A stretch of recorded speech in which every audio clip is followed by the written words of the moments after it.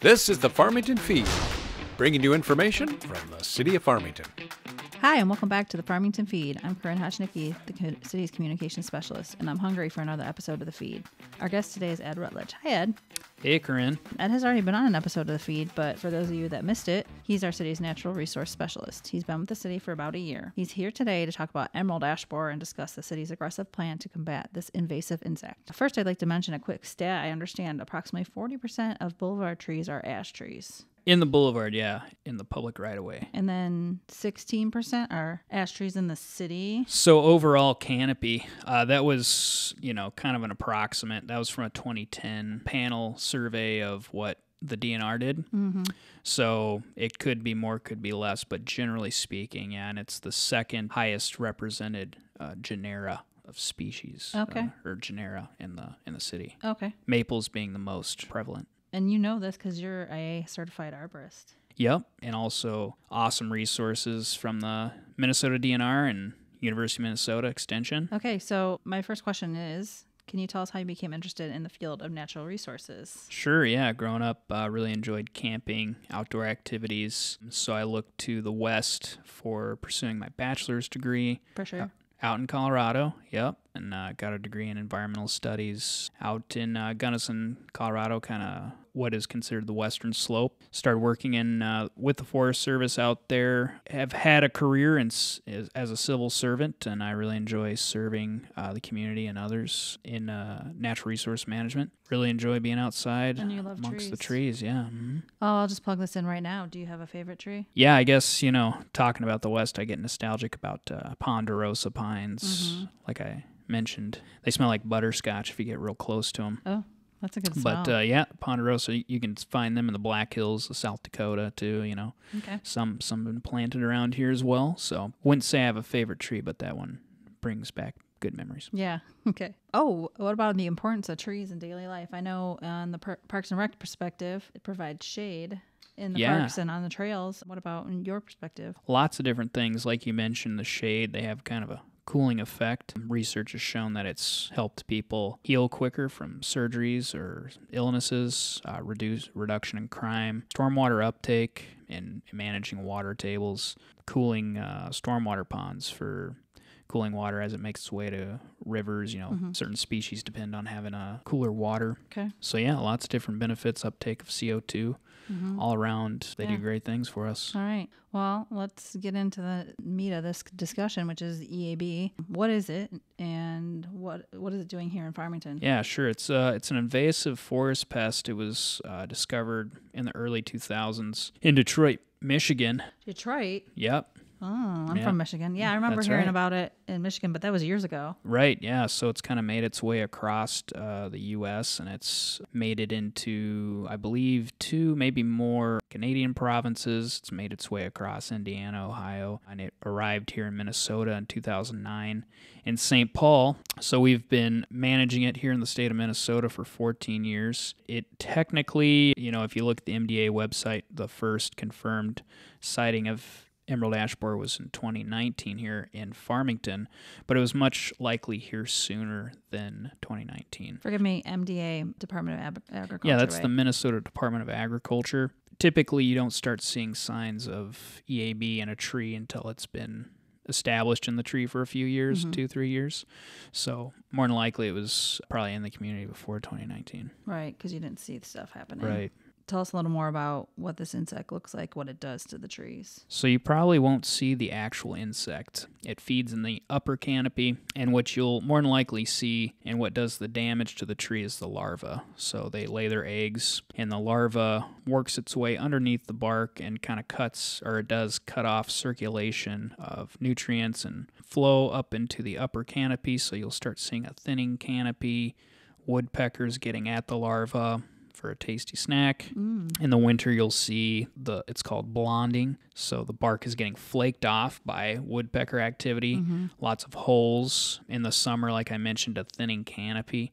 So you'll start seeing the leaves will dissipate, leaves will die back. So those are a few things you can look for in detecting EAB. At this point in Farmington, every ash tree has some level of infestation of emerald ash borer. So that's important to think about Every moving forward, and managing it. Every ash tree. Every ash tree, right? Yeah, wow. It only affects trees in the Fraxinus genera, which is ash trees. Yeah. And where did this insect come from again? It's from Asia. Oh, okay. They think it came in some storage pallets. Your experience working with the AB, there's a quarantine zone. There's lots of things that you need to think about when you want to try to save your tree or not. And tell us more about that. What does the resident need to know? Sure. The quarantine zone is established by the Minnesota Department of Agriculture, and essentially it's counties that have an infestation of EAB. And at this point, I believe we have 41 counties that are under quarantine. And what that means is any ash log, brush, wood from an ash tree is regulated at this point by the MDA, and you cannot transport it outside of the quarantine zone. So you can move the wood and dispose of it within the quarantine zone, but if you were to move wood into a county that isn't included in that quarantine zone, that would be against the law. Yeah, because you don't want to move that. And you don't want to spread it, right? Yeah, that's pest. And then in managing it, there's really two options. You can treat your ash tree, which kills the insect within the tree, protects the tree for 2 years, but you have to keep treating it. Mm-hmm. And you can only treat trees that are 10 inches in diameter or larger. Diameter at breast height or 4.5 feet off the ground, and that's measured across the trunk. Mm-hmm. And the other option, obviously, is removal. So you really can't treat past 30%, 50% canopy decline. Mm-hmm. And at this point, trees, what residents need to understand is it's progressing to a point where ash trees are becoming untreatable. So if you haven't been treating your ash tree, if your tree is treatable on private property, now would be a good time to consider treatment, because next year it might be too late. Right. But the other option is removal and taking that ash tree down, particularly if it's in okay shape and you want to plant something new. Now's a good time, because as it declines and gets as it's dead, it makes removal more expensive and hazardous. Yeah, and I know you guys discussed this in extent at a city council meeting about the plan to remove or treat and, do both. Right. And the focus here was safety. Public correct? safety, absolutely. So that's the guidance we've been given, is to mitigate public safety risks by really focusing on removing the trees right now. So residents are seeing a lot of trees come down in the right-of-way, ones that are dead or declining.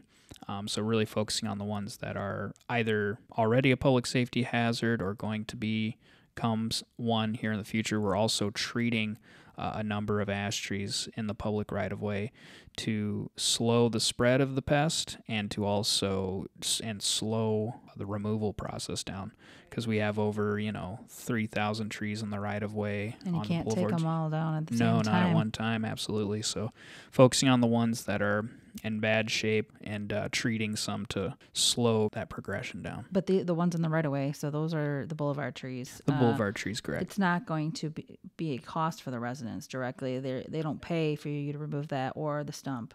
No, it's on public property, and we're managing that with city funds, absolutely. And then for those that are asking, because I have had a couple, they have a stump now, and right. It's not necessarily taken out the minute they take the tree. It's kind of a process, correct? It's a process, and like I mentioned earlier, focusing on tree removals first to try and mitigate, public safety risks.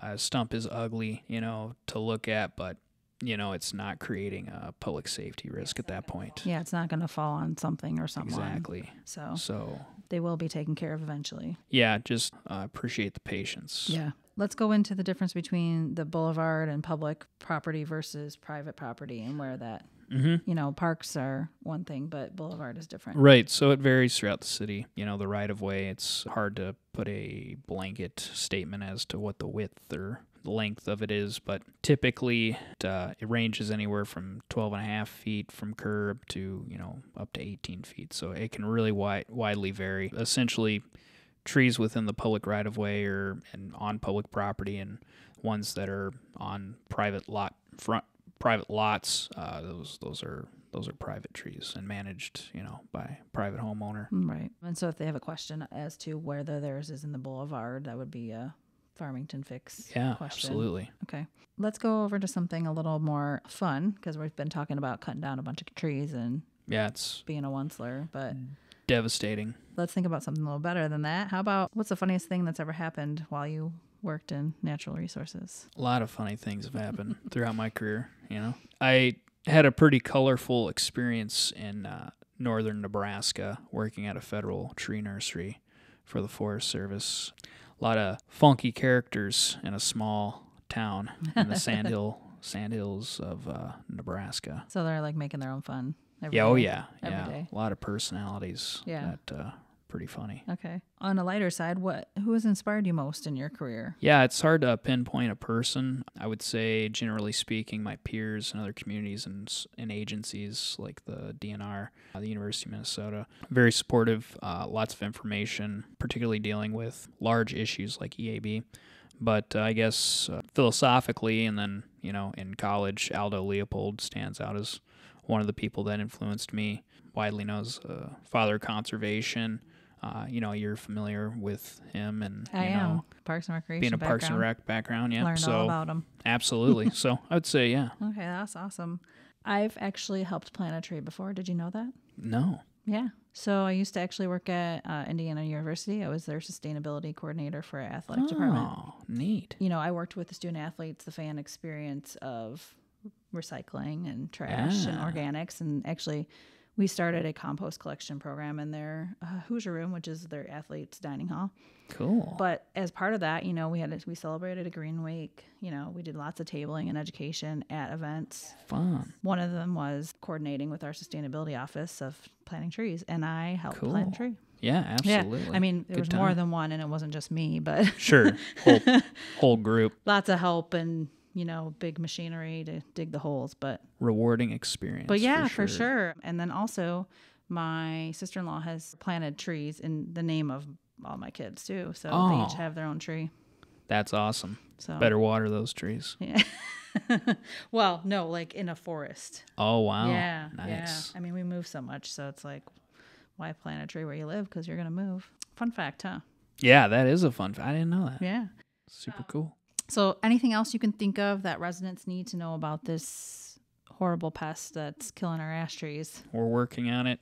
The city is, you know, like I said, we're taking a focus of trying to mitigate high safety risks here, and it's going to be kind of an evolving process, and you know it's going to take some time. But as always, you can fill out a Farmington Fix if you see an ash tree of concern or have any questions related to this. So yeah, don't be afraid to reach out. Yeah, and we've updated our website. We have. There's a load of EAB info, and there's tons of links to the Minnesota DNR. But yeah, so they can check out our website. We'll be posting stuff on social for sure. Yep. Stay tuned to the Currents. Yeah, the Currents has a whole page of information in the fall issue, I believe. Again, if you have questions, just reach out. So thank you, Ed, for your tree knowledge. Hey, thanks, Caryn, for having me on. Yeah. Remember, the residents can always contact the city with a boulevard or park tree issued through the Farmington Fix. You click that little blue box with the tool on it at the top of the website. It'll take you to the Fix link, and those will get filtered to the correct person based on the topic of the Fix. So before today's episode is wrapped up, I want to share a few upcoming events in the city. The final Music in the Park, it will be on Wednesday, August 30th at Rambling River Park, starting at 7 p.m. with Panhandlers Steel Drum Band performing. Remember, the inclement weather location is the Rambling River Center. The next movie in the park will be Saturday, September 9th, starting with Kids Dance at 5:30 and Hocus Pocus at 7:30 at Distad Park. And Fire Prevention Open House will be on Wednesday, September 22nd at the Fire Station 1, starting at 5:30. And that concludes this month's episode of Farmington Feed. Thank you for listening. We look forward to connecting with residents with this podcast. If you have any feedback, guest requests, ideas, email me at communications@farmingtonmn.gov. Don't forget to subscribe to the Farmington Feed wherever you like to get your podcasts.